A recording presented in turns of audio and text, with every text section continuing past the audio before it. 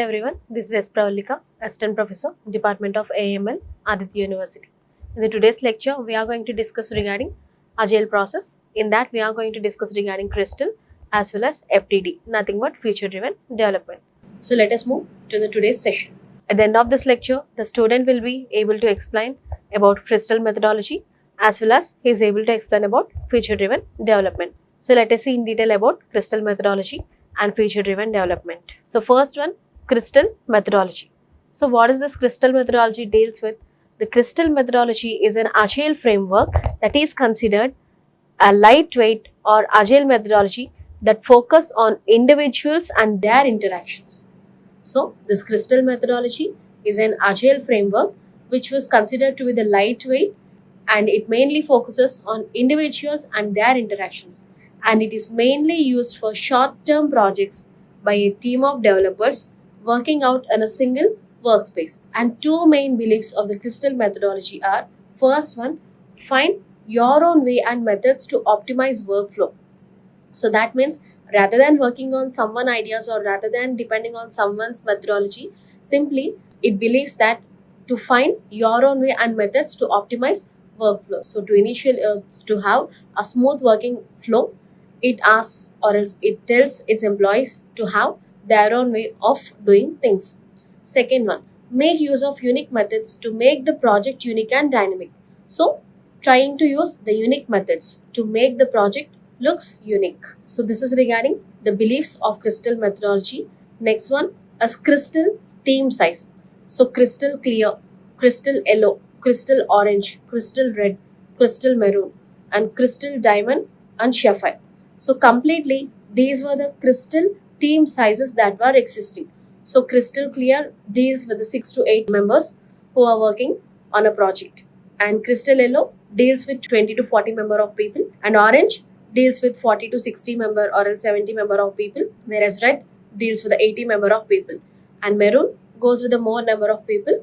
So that more number of people will be from the count of 80 to the dependence of the project, whereas in the diamond it was completely of a larger size. So completely here every perspective of every team will be having their own rules. So it will be completely depending on the project that they are dealing with. So 6 members people, it involves a very shorter period. So that can be a module completion or else that can be a very small project dealing. Whereas the 20 member people will be having also some dealt time period. So where they are working with. So 40 members it will be around 1 year.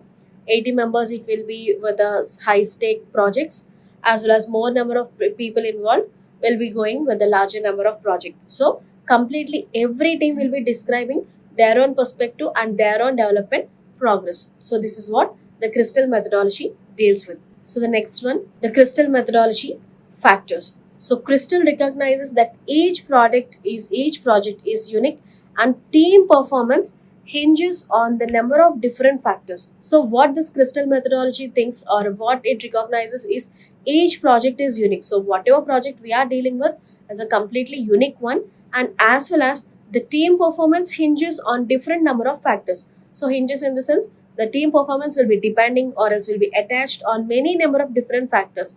And what were the factors are? The first factor is team size. How many team members are working on the project? So for example, if we are working on a project, so mainly how many team members are there in that particular project? If we are having a larger group, so definitely the work will be done with the ease of time. If we are having a smaller group, so definitely different factors. So in that different factors, the first one is team size.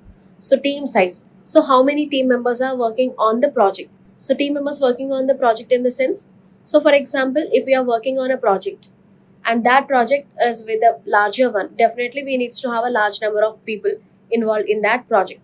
So if you are working on a module, so definitely we need to have some less number of candidates. So depending on the first factor is team size. Next one, criticality. How imperative the results of the project? Is it life or death? So what is the criticality of the project? So is it life one or is it a death situation? So based on the complete situation. So how imperative the results of the project? So how important are the results? So do we need to have a complete positive result or can we have a negative result as well? So definitely looking after the criticality. So the next one is priority. So where does the project rank? Is it a high priority than other work? So what was the priority that has to be given to the project? So what was this priority in the sense? So for example, if we are having 10 projects to be done, so definitely in those 10 projects, definitely one or two projects will be having the highest priority. So that means they needs to be completed at the topmost time.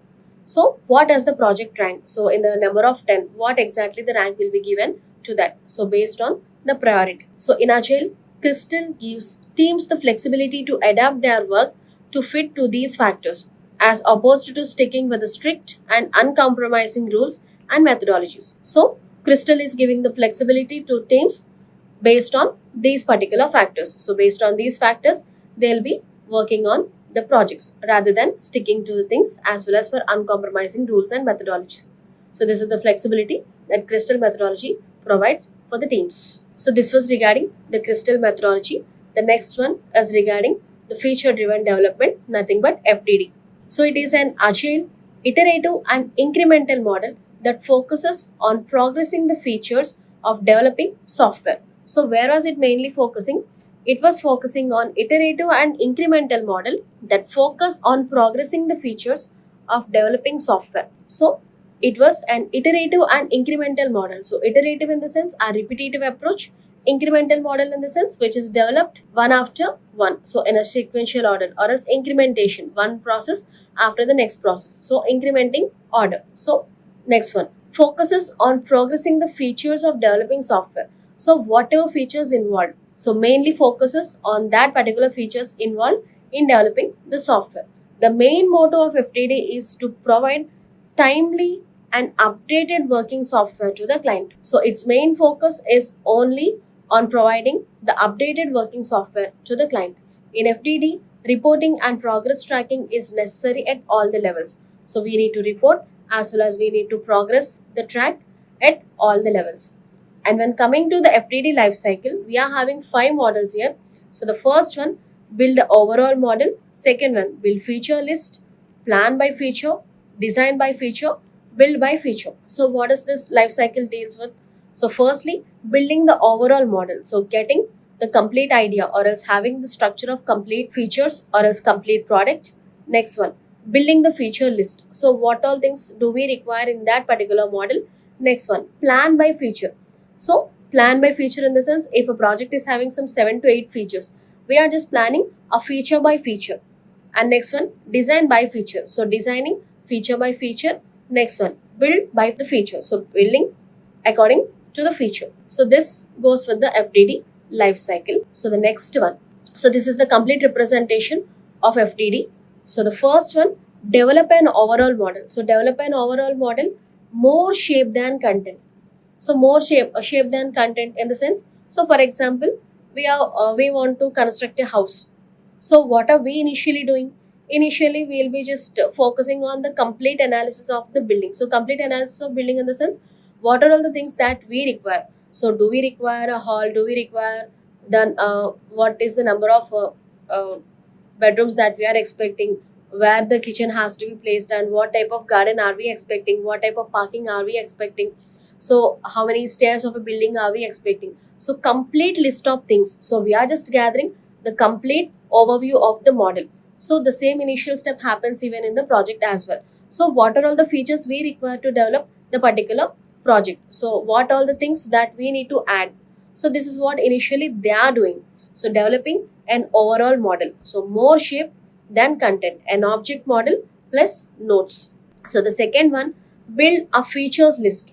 So build a features list in the sense, what are all the things that we need to have? So completely arranging everything in terms of features. So what can be the first one, what can be the second one, and what are all the things to be included? So a group of features grouped into sets and subject areas. So completely we are organizing the things into the features list. So this was an initial modeling. So developing an overall model and building the features list. So the next one is plan by feature. So plan by feature in the sense, so for example, initially we are just planning the ground floor. So what are all the things the ground floor needs to have? Similarly, we are just going with the project development. So what was the first feature in this project development? We need to have the requirement gathering. So what are we doing? So the requirement gathering to be done in the first step. So what are all the requirements do we need to gather? So everything will be collected first. Next, what are we going to do? Feasibility study. So that will be the next feature. Next, we are going for the design. That will be the third feature. Next, development. Next, testing. Next, deployment. Next, maintenance. So everything. So whatever the sequence that we are following will be done on a feature order, feature by feature. So this is what a planning by feature indicates. So building the features list and followed by going to plan by feature. So development plan where we'll be having class owners, feature set owners here. So we are planning everything feature by feature. Next one, design by feature. So what are all the requirements we have? So initially focusing on the complete requirements. So getting the complete information regarding the requirements. Next, build by feature. So based on the complete information we have, then we will be starting the building of the particular feature. So completed, client valued and function. So completely focusing on each and everything feature by feature base. So this was the complete explanation regarding FDD. So feature driven development, where we are mainly focusing on the complete feature by features. So the next one is characters of FDD. So characteristics of feature driven development. Short iterative. So what is the short iterative indicates? FDD lifecycle works in the simple and short iterations to efficiently finish the work on time, give good face for the larger projects. So when we are working on a large projects, so definitely it will be working on a simple and short iterations to have the work finished with the complete efficiency. Next one, customer focused. So this agile practice is completely based on inspection of each feature by client, then push to the main build code. So once we are just dealing everything feature by feature, definitely every feature will be observed by the client, then it will be pushed on to the main code, whatever we are building. Next one, structured and feature focused. So initial activities in the life cycle builds the domain model and features list in the beginning of the timeline, and more than 70% of effects are given in the last two activities. So initial activities in the sense, so we are just going with the overall model, then we are just making the complete features list in the beginning of the timeline. And what we are doing, the more than 70% of effects are given to the last activities. So last activities in the sense, build by feature as well as work along with the feature. So the last activity is what we are having. We are giving more than 70% of effect to those last two things. Frequent release. Feature driven development provides continuous release of features in the software and retaining continuous success of the project. So what was this frequent releases? Those is simply giving the continuous releases of features which helps us to have continuous success of project. So if we are just completing one feature completely and if it is in a complete working state, so definitely we can retain that particular thing and we can move on to the next one. So the frequent releases helps us in a successful completion of the project. So at the end of this today's lecture, the student will be able to explain about the crystal methodology as well as he will be able to explain about the feature driven development. Thank you.